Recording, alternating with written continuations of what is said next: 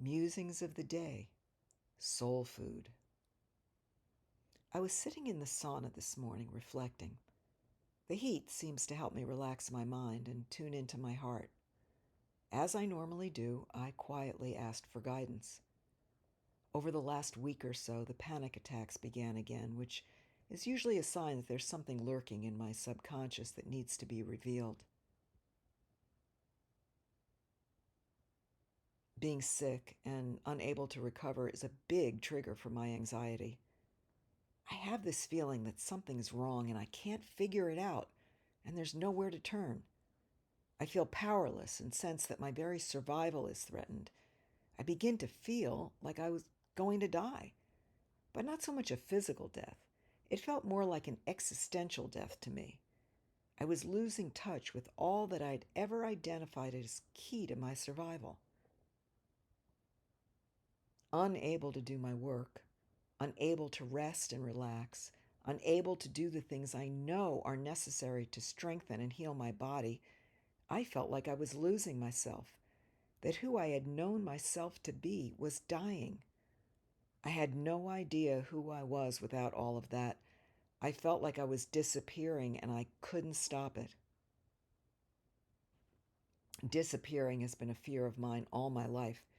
Growing up in a family where I was essentially invisible instilled the belief in me that this was true and that I would have to make myself visible in some way to prove that I actually existed. No one ever heard me, cared what I felt, or saw the pain I was in. I felt powerless with nowhere to turn. Now, an old pattern of fear that has lasted a lifetime turned up for me to look at. I was faced with a terror of something that had actually happened to me. This was not an imagined fear that I'd conjured up in my mind. This had been real at one time. The key here? Had been. It isn't real now, but I felt deep in my gut just the same. The feeling wasn't any different for me now than it had been as a child. I learned that to be visible, I have to create something outside myself that proves I'm here. I have to produce.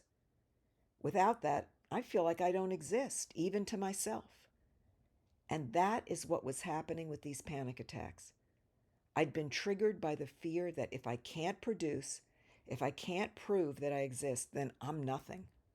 And nothing means death. No thing. I was going to be no thing, like I never even existed. Poof! Back to the sauna this morning. Since I believed that this was the cause of my recent panic attacks, it led me to also believe that in order to free myself from this fear, I was going to have to let go of all that I thought I was and all that I believed I had to do to be safe.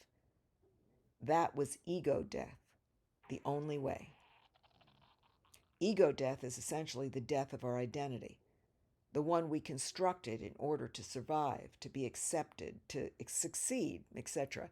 It could be who others have told us we were, or something we created as a way to navigate the world. Really doesn't matter. What does matter is that to be who we truly are, those constructs have to go, for all of us. For those who are on a path such as mine, a soul path guided by truth, abolishing any identity that masks my truth is essential. My soul will not settle for less. This is a part of the dismemberment process, the dissolution of self, that I've been through a number of times. In the sauna, I was asking for the truth about what was being asked of me. Do I really have to stop doing what I love? Do I really have to let go of my need to be healthy and strong? Do I have to let go of identifying as an artist? If so, then what's left? What is really being asked of me here? Maybe it was the cleansing effect of the heat and the sweat, or maybe it was simply that help always comes when I ask from my heart. A thought came to me, as if on a whisper.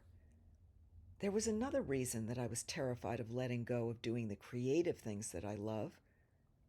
They are food for my soul. And without having any other nourishment, the absence of my creative work felt like death.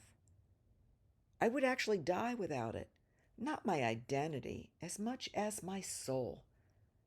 It wasn't being an artist or doing creative things that I had to let go of. It was the need to do them in order to be visible. My actual need was quite different. It was primal. I needed food. It lit up like a proverbial 100-watt light bulb. The things that kept my soul nourished and alive are the very things that I've been missing due to ill health and the long-term effects of the pandemic.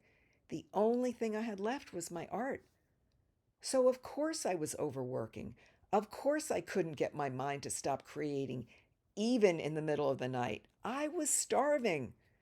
I was trying to feed myself the only way I knew how.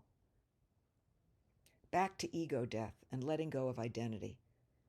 It's still true for me that I must be willing to die, to surrender to any false identity I might have constructed for myself. Needing to do my work as a way of proving that I exist, needing to be productive and successful, and needing to be any way in particular in order to survive, be accepted, be recognized, be okay, has to go. It's the need that comes from fear that I'm surrendering. But the need to nourish my soul is essential to my life. Soul food. It's different for everyone. For me, creative expression in some form, and a lot of it. Being with nature, not just in it, but with it. Real, honest, heartfelt connection with others. Being physically active, using my body in pleasurable ways. These feed my soul. And I've been missing most of them for too long, which is why not being physically able to do my creative work has triggered panic. Without the one thing I had left, my soul would die. My soul was trying to tell me that it needed to be fed and that I needed to heed the call. My sense is that we all need soul food in some form, and that without it we suffer. With the overstimulation so prevalent in our culture, too much TV and social media, too little face-to-face real interaction, and too many hours spent indoors away from the source of our physical nourishment, we as a people have suffered some degree of soul death. It leads to violence. It leads to mental illness. It leads us away from the truth of who we are. I also sense that most of us feel invisible to some degree, more to ourselves than anything else. I've had the experience of looking in the mirror and actually being surprised that there was someone looking back at me. That's how invisible I've felt. I hope that my words and images lead you back to yourself in some way, that they let you know that if you feel as I do, you are not alone. There's nothing wrong with you. You might just need a little food for your soul.